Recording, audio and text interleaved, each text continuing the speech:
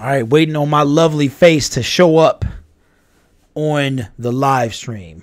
I am now live. That's what it's saying. And I'm looking at myself. That's kind of crazy. All right. Actually, I need to be able to see my chatters. Hold on. Let's get that off there.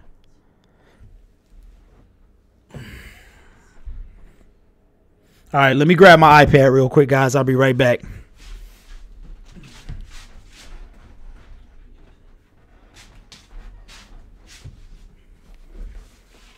All right, guys. It's kind of my first time doing this here. I am going to use my phone here to live chat with all you guys. So hopefully we get a decent turnout today. I have to look up my name, and I have to go to my channel. All right. Okay, there we go. All right, 3 people watching. I think I'm one of them. Okay, let's turn that down. All right. I see you guys. I'm going to sit this right here. If you got something to say, just pop it up because I want to share the screen with you guys. These ads are really getting on my nerve, except this one right here, this Bowflex one. Anyway, shout out Miles. Are you a subscriber? What's up, man? Hello. Marcus, are you a subscriber also? I don't know if you are. Anyway, guys, you know I usually drop a Lions video. Hopefully the audio is in sync. I've been working on that for a long time. Man, let me get all this stuff off, dude. All this stuff is still on the computer. Anyway, I want y'all to see I got all these tabs open and the stuff down here. But anyway, oh, you got notified? Oh, that's what's up. Well, thank you guys. Appreciate y'all so much. First of all, I gotta say something. If you make a 10-minute video, don't put 4 ads in your video. You know, I usually be quiet about this stuff, and now I gotta say something because it's really irritating me. Leave a comment if you know what YouTuber I'm talking about in the comments. Go ahead and hit that chat up. Anyway, guys, the Detroit Lions lose today to the Minnesota Vikings. The score was almost exactly what it was 6 weeks ago, 27-9. Today it was 24-9 6 weeks ago. And I just I watched up to the third quarter, or including the third quarter, and then after that I just couldn't do it anymore. I had to cut it off. I didn't want to be bothered with it anymore. It's funny because you tell yourself you're not going to get upset, and then you do. But I usually do a whole massive production before to get a video out. I got to do all this editing and stuff like that. But as you know, I've got a podcast that I want to start. You switched to Red Zone. Okay, I got a podcast I want to start and I'm trying to get a phone number and stuff like that where people can call. So let me do my shout outs first. Shout out to Dose of Dion. Go check his channel out. He's an up and coming young man that is doing big things on YouTube. He's got his little green screen set up, and also I got my green screen on the way to Dion, so it's on his way. But shout out to him. Shout out to Luke G, very intelligent Lions fan, drops statistics and stuff like that. I'm trying to get him to start up his own channel, so hopefully we can do that. And whoever else I missed, shout out to all the other Detroit people, Detroit YouTubers that are covering the Lions. But the Lions, we got to address, okay, the offseason hasn't started yet, but officially Monday, in my opinion, next Monday will be Black Monday. And that's when in my true opinion, is when the offseason will truly start. That's when it truly begins for a lot of the 16 teams or the 20 teams that do not go to the playoffs. So I believe that there's no doubt about it that Jim Bob Cooter will be fired. If he is not, I will actually be surprised. There was a little smidget of that I thought that maybe he might stick around, that Matthew Stafford might, plea for his case, but he's got to go. If you go back and play the game, okay, so I record the game via DVR, and if you go back and you play the game, it was a specific, this is like the first time I really heard it. So Matthew Stafford is alert, alert. He's calling tag 54, alert. He's calling all this stuff, right? And my man says, run, pass, screen. He calls it. He calls the entire and then it started happening a lot. in the second half. If Jim Caldwell's first year, he did something better. Oh, absolutely. Absolutely. And, yeah, Miles, absolutely, man. And I'm just like, Jim Caldwell is now what with the XFL? He's one of like the members trying to get that thing off the ground that Vince McMahon brought in. So he doing this thing and he's still getting paid by the Lions. But the Lions, I thought they might end up 7-9, but it looks like 6-10 is what they'll end up. But Jim Bob, he's got to go. I believe that there's no, like I said before in my other videos, if the fans cry out long enough, then stuff happens around Detroit. Anytime we yell and we cry and we clamor, it always happens, even if it doesn't need to happen. A lot of people feel like Jim Caldwell was the problem. And as you can see, somebody brought a good point a couple days ago that it's not the coaches necessarily. It's the culture of the team, but we're Detroit Lions fans, so we all know that. So I watched the 3 quarters and then I stopped. I started setting up for this video and I just said, you know what, let me go live because I've got something to do. I've got another live stream to do at 7 o'clock, and between recording, syncing my audio, editing, all of that stuff, that can take a little bit of time. So I just was like, let me start trying to go live with this thing. And I want you guys to participate with me via the chat. And then, like I said, by next season, I would love to have a live show after the games where we have people call in and stuff like that and voice their opinion. All right, so let's look at Matthew Stafford.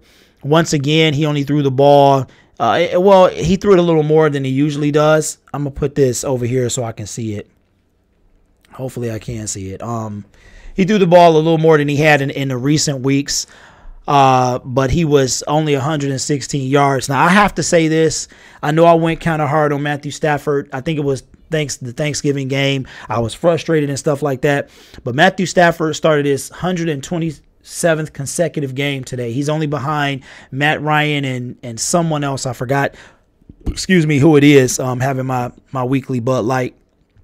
But Matthew Stafford is not the problem. He's not the problem. His O-line protected him better than they have at the beginning of the season. They're starting to kind of step up a little bit. But he is not the problem.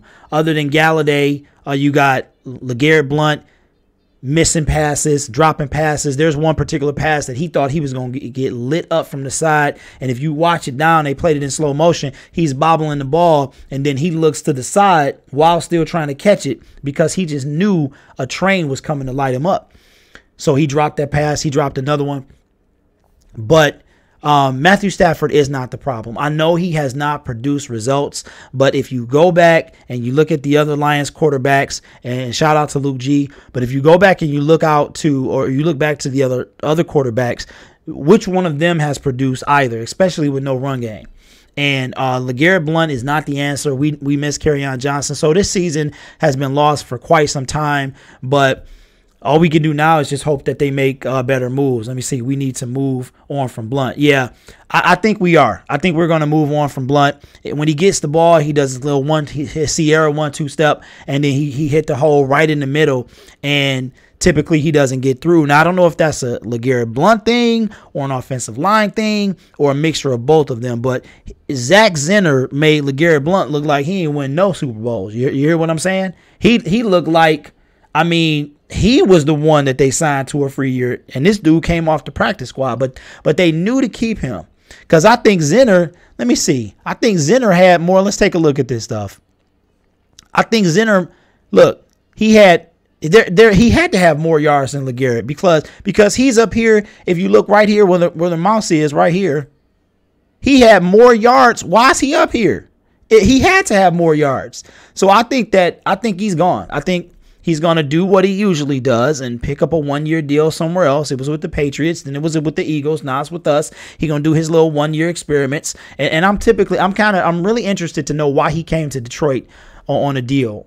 But he does not look like the same player, and I don't want to put that all on him. But anyway, so the Lions, here we go with the first downs. I guess it's right here, so I really don't need to kind of say it, but I will if you guys can't see it. They had Minnesota had 16 first downs. The Lions had 17 passing first downs as usual. Lions had 10. and Minnesota had 11. Rushing first downs, it was still close at 4 and 3 for Minnesota. 4 for Minnesota, 3 for Detroit. The first down penalties, I believe this is in favor of Minnesota, that when it says first down penalties. Minnesota had 1 and Detroit had 4. Third down efficiency, they were both terrible. But look at this. Look at this right here. See if I can highlight that. Third down efficiency. Look at that. Minnesota was 4 for 13 and Detroit was 4 for 16. So what is that? That is exactly 25% for Detroit. That's what they're doing. Total plays, again, Detroit was on top with that at 69 to Minnesota's 58. Total yards, this is just pathetic. Minnesota had 340 and Detroit had 223. That's all they had. Total drives, they both had 11. Yards per play, dismal again. Look at this. Yards per play, 5.9 to Minnesota had to Detroit's 3.2. That's pathetic. That's almost twice as much for the Vikings. And oh my goodness, we're gonna talk about the Hail Mary. But look at this. Yards per pass, the next category. See this? 8 to Detroit's 3. That's Jim Bob Cooter. That's Jim Bob Cooter and a lack of offensive playmakers, missing Marvin Jones, Kerryon Johnson. Theo Riddick he was nowhere to be found. Matthew Stafford started up very good with no sacks, and then he wound up getting sacked 3 times to the Vikings, and the Vikings, Kirk Cousins was sacked twice. It was looking real good. It was looking real good in the first half for the Detroit Lions as far as the defense and stuff like that. When they only put 9 points on the board, I knew it was over. And I think his name is Daryl Johnson. Who else? He bothers me. He really does. He's like the Joe Buck of color commentators. You know what I mean? But rushing attempts, 23 for the Lions, 28 for the Vikings. But the Lions had 86 yards and the Vikings had 100. So we lose in that category. But we had more yards per rush. And here's, again, the Lions, 0% in the red zone at 0 for 1. Look at this. And everybody talking about the defense, right? How the Lions defense stepped up for the second half of the season. But you let the Minnesota's offense, they get in the red zone 5 times. So that means they were within the 20-yard line 5 times. So that's at least once a quarter. That's like 1.2 times a quarter that they spent where you was in there 1 time. The Detroit Lions. Penalties, surprisingly, 11 for Minnesota with 7 for Detroit. No turnovers, no fumbles, and Detroit, as usual, holds the ball more, which is crazy to me. Usually the team that holds the ball more wins, but you see this up here? This is why we lose. This is why we lose. 27. We got there. We didn't even 9 points. That easily could have been 21. So that's why we lose. So let's see if we can see the individual stats. And shout out to the fans, man, for going down there. But I want to say this real quick. Let's look at I pulled this up for draft purposes because we still got to finish out next week. All right. So we know that the Lions have been out the playoffs for a week now. And like I said last week, I'd rather them disappoint me early than disappoint me late because the pain would have been too much. All right. So this is as of, come on, man. I cannot get that stuff off my computer. It just keeps popping up. All right. So shout out to the teams that made the playoffs. Did Dallas win? Man, look at Indianapolis. I got distracted up here. All right, so let's scroll down to the basement, which is down here. All right. So Detroit Lions, if I count it right now, they have the 9th pick. I'm just statistically going by where they place in the league. So this is NFL.com. This is standings, and this is league. When you can pick the league. So all right, so 1, 2, 3, 4, 5, 6, 7, 8. I'm sorry, so that's 8. Yeah, they got the 8th pick. the Lions, if I'm looking at this right, Arizona fired their head coach today. I think I read that. John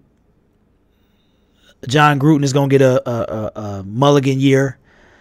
San Francisco, they didn't get any better.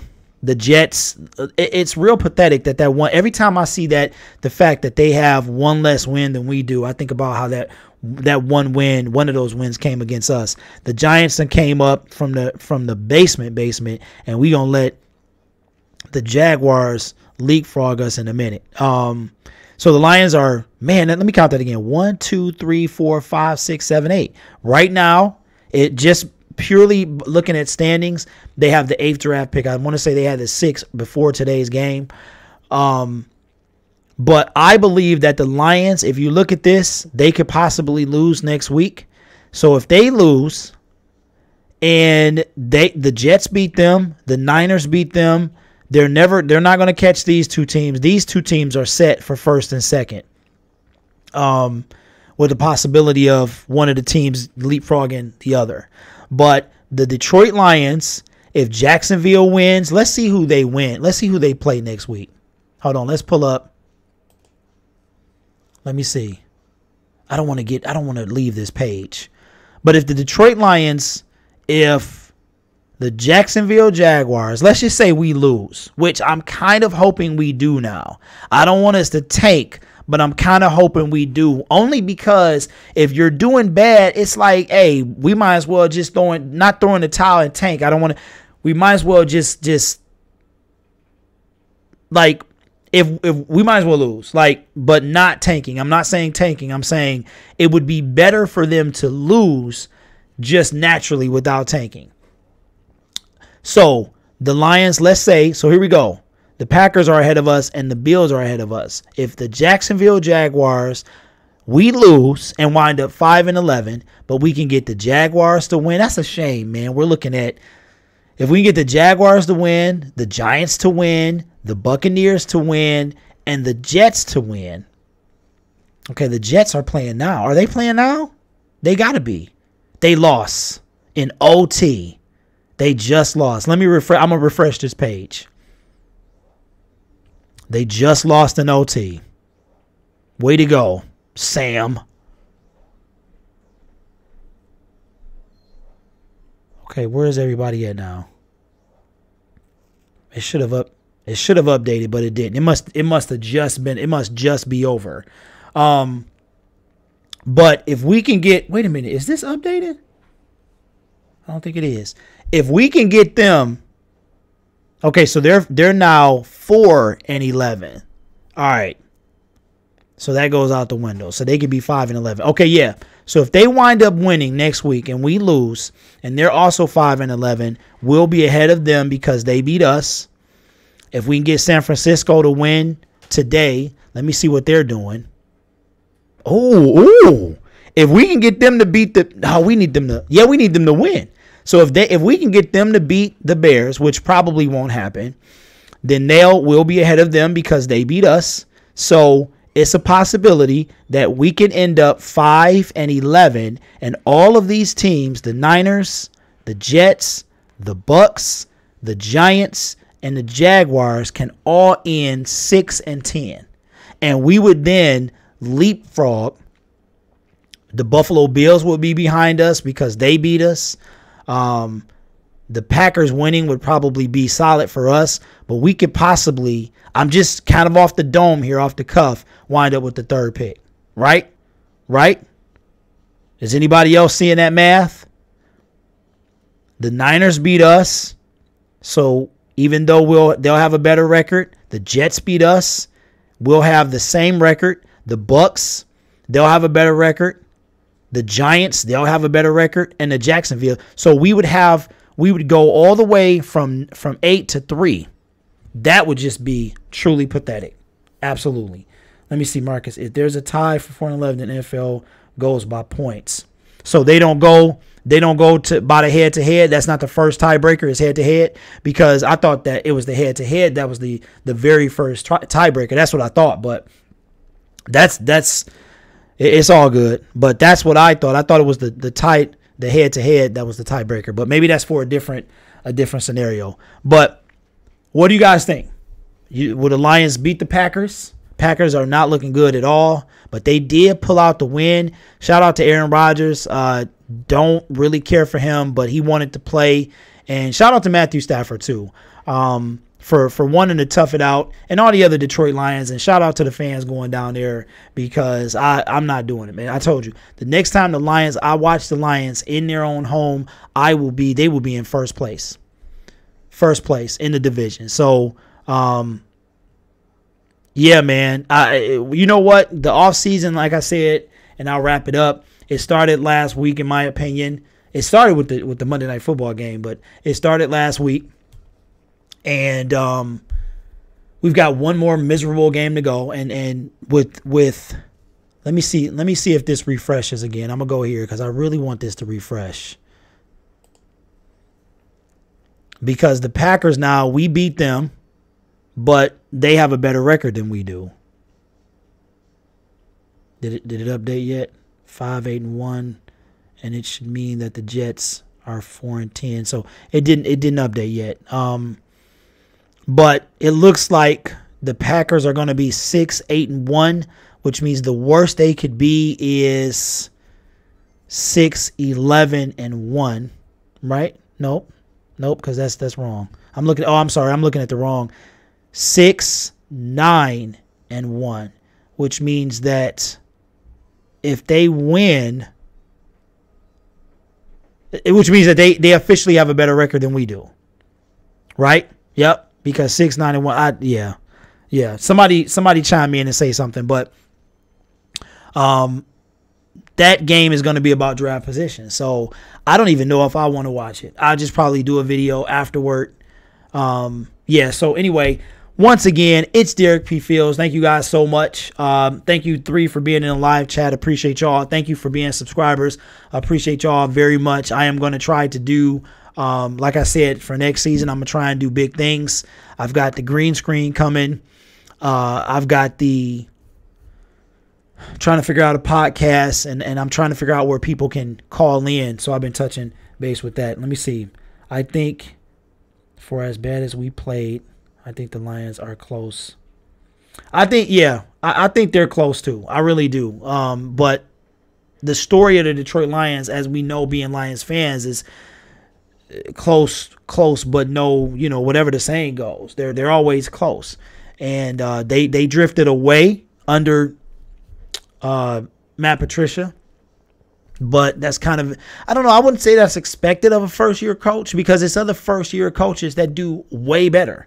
You know what I'm saying? Matter of fact, I want to say it didn't. Wait a minute. Caldwell, didn't he go 11-5? Did he go 11-5 in his first year? In 2000, what was it? 2014? Wasn't that his first year? When they went to the playoffs and lost against Dallas. Well, that's one thing about being live. You can't get over anything. Bears coach is a rookie. There you go. You see what I'm saying? So it's that rookie coach thing. Nobody wants to hear that at all. Man, so I'm not upset. It was frustrating, but I'm not upset that the Detroit Lions lost. I'm also glad that they came out there to play. I am not a fan of tanking. You guys know that. So if they're going to lose, I want them to lose even though they fought. And that's the way up. Chicago just scored and is up now. So that was looking like a pipe dream. But either way, if they win, let's see who San Francisco plays. I'm just a little curious to see if we can see who they play next week. See if they let me do that. Should have went to ESPN. All right, let's see who they play next week. No. All right, I'll let y'all go in a minute. Yeah, I know. He went 11-5 his first year. Yep. Let's see. No, I didn't click that. All right, guys, hold on. Yeah, week 17. All right, here we go. It's up here.